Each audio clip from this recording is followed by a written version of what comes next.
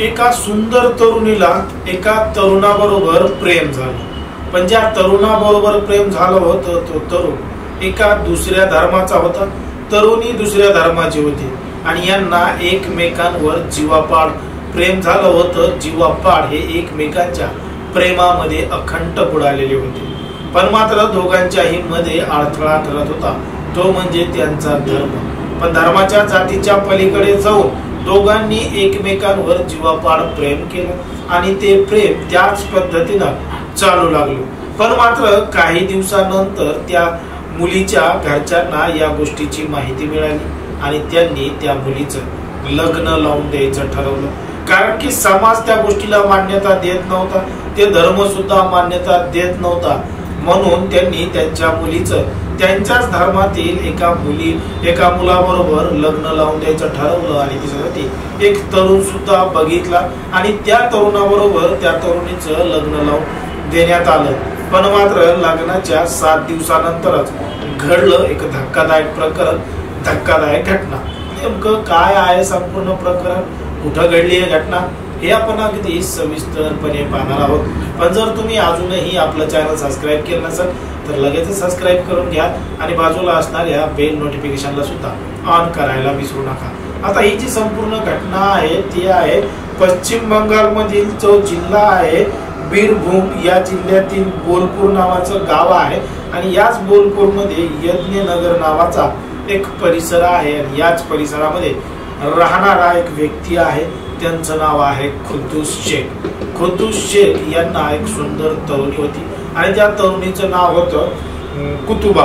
कुतुबा हिला एका तरुणाबरोबर प्रेम झालेलं होतं आणि त्या तरुणाचं नाव जितेंद्र असं होतं. आता कुतुबा आणि जितेंद्र हे एकमेकांवर जीवापाड प्रेम करायचे, एकमेकांना विविध ठिकाणी भेटायचे आणि अगदी सगळं काही करायचे. पण मात्र या दोघांचं जे प्रेम प्रकरण होतं ते जरा आजूबाजूच्या परिसरामध्ये मोठ्या प्रमाणात चर्चेचा विषय ठरू लागलं आणि बघता बघता याची माहिती त्या तरुणीच्या घरी मिळाली.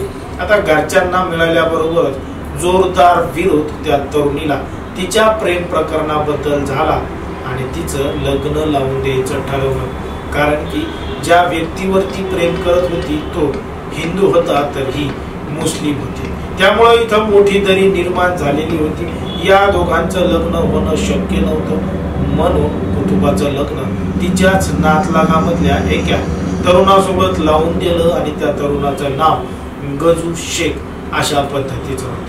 आता गजू शेख सोबत लग्न जमवण्यात आलं, त्याच्यासोबत रीतसर पद्धतीनं त्याच्यासोबत लग्न लावून देण्यात आलं आणि त्याला तिच्या पहिल्या भानगडीबद्दल सांगितलं नाही, त्या पद्धतीनं तिचं लग्न लावून दिलं. आता ती तिच्या नवऱ्याच्या इथं 7 दिवस अगदी आनंदशीर राहिली, सुखाच्या संसाराला सुरुवात केली. पण मात्र तिला त्या जो जितेंद्र होता त्याची आठवण मोठ्या प्रमाणात येत होती आणि तिकडं त्या जितेंद्रला सुद्धा कुतुबाची आठवण मोठ्या प्रमाणात यायची. तो तिच्या सोबत राहू शकत नव्हता, तिच्याशिवाय राहू शकत नव्हता. आता या दोघांचे फोन कॉल एकमेकांना होत होते, चॅटिंग होत होती, बोलणं सुद्धा होत होतं. पण मात्र यांना आता एकमेकांना भेटता येत नव्हतं, बोलता येत नव्हतं आणि सगळं काही करता येत नव्हतं. मग मात्र कुतुबानं एक शक्कल लढवली आणि तिनं तिच्या नवऱ्या देखतच त्या जितेंद्रला बोलायला सुरुवात केली. आणि जेव्हा जेव्हा तिचा नवरा तिला विचारायचा तू कोणाला बोलते, कोणाला चॅट करते, तेव्हा ती सांगायची की माझा मावस भाऊ आहे, मी त्याच्यासोबत बोलत आहे, त्याच्यासोबत चॅट करत आहे. मग तेव्हा काही दिवसानंतर त्या कुटुंबानं तिचा जो प्रियकर आहे जितेंद्र याची तिच्या नवऱ्यासोबत गजूसोबत ओळख करून दिली आणि आता हे दोघं जण एकमेकांचे चांगले मित्र झाले. कारण की तो कुटुंबाचा भाऊ असल्याची खात्री तिनं तिच्या नवऱ्याला करून दिली होती. आता तो हिच्या घरी सुद्धा यायचा, घरी येऊन बोलायचा, भेटायचा आणि याची काही हरकत सुद्धा तिच्या नवऱ्याला नव्हती. पण मात्र बघता बघता बरेच दिवस उलटून गेल्यानंतर त्या तिच्या नवऱ्याला या दोघांवर संशय येऊ लागला आणि तो मात्र आता त्याला भेटण्यासाठी नकार सुद्धा देऊ लागला. मग अशा पद्धतीचं वातावरण तयार झाल्यानंतर जो गजू शेख आहे त्याच्या कानामध्ये त्या जितेंद्रनं अशा काही गोष्टी भरून सांगितल्या की तुझ्या बायकोचं बाहेर गावातल्या एका तरुणासोबत लफडं चालू आहे, ती त्याच्यासोबत बोलतीये, त्याला भेटतीये आणि मग मी तुला काय करतो, तिला रंगेहात तुला पकडून दाखवतो, तिचं सगळं काही करताना दाखवतो।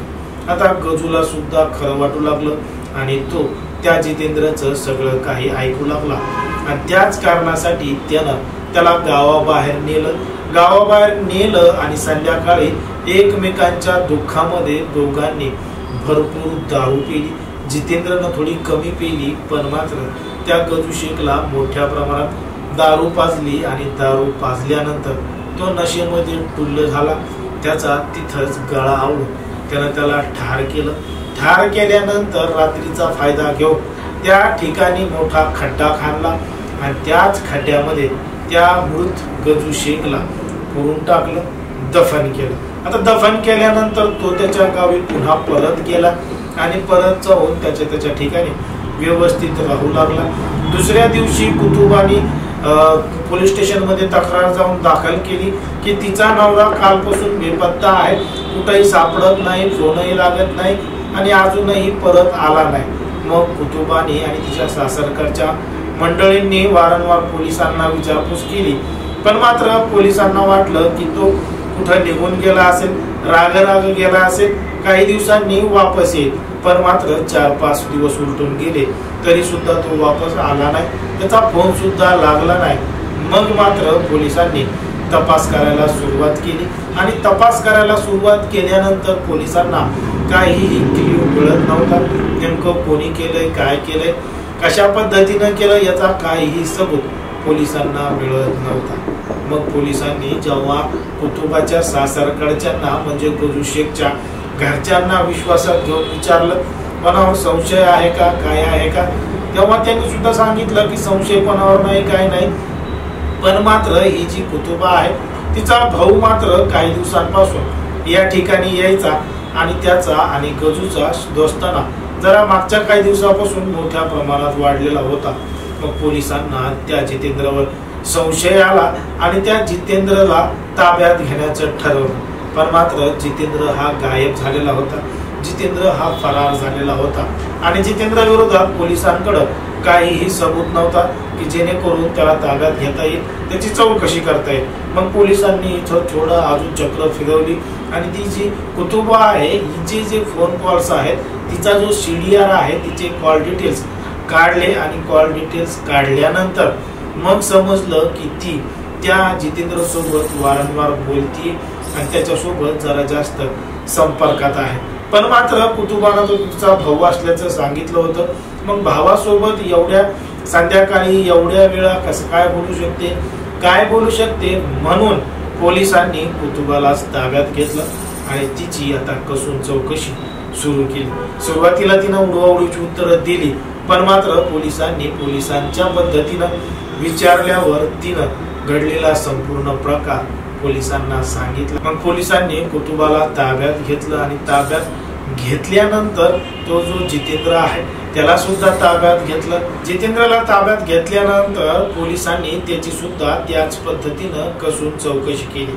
मग चौकशी केल्यानंतर त्यानं घडलेला संपूर्ण प्रकार सांगितला आणि जे कृत्य त्यानं केलं होतं, दारू पाजून मारलं होतं गजू शेखला, त्यानं कबूल केलं आणि मग पोलिसांनी त्याच्यावर कायदेशीर कारवाई केली आहे, त्याला अटक सुद्धा केली आहे आणि तिची जी प्रियसी होती कुतुबा तिला सुद्धा ताब्यात घेतलंय, कारण की याच्यासोबत ती सुद्धा त्यामध्ये सह आरोपी होती। त्यामुळे या दोघांवर कायदेशीर कारवाई सुरू आहे आणि त्यांना कठोरातली कठोर शिक्षा व्हावी अशी मागणी सुद्धा दोन्ही नातेवाईकांच्या कडून करण्यात आलेली आहे। मग जर आपण पाहिलं तर समाजामध्ये, देशामध्ये, राज्यामध्ये कशा पद्धतीनं गुन्हेगारीचं प्रमाण वाढत चाललंय आणि कशा पद्धतीनं विवाहबाह्य संबंध असतील, प्रेम प्रकरण असतील, ते प्रेम प्रकरणामध्ये खून करण्याच्या सुद्धा घटना मोठ्या प्रमाणात वाढलेल्या आहेत, ते आपल्याला या संपूर्ण घटनेवरून लक्षात येतं। एकंदरीत या संपूर्ण घटनेवर, प्रकरणावर तुम्हाला काय वाटतं हे अगदी स्पष्टपणे कमेंटमध्ये सांगा आणि अशाच पद्धतीचे नवनवीन व्हिडिओ पाहण्यासाठी आपल्या चॅनलला लगेच सबस्क्राईब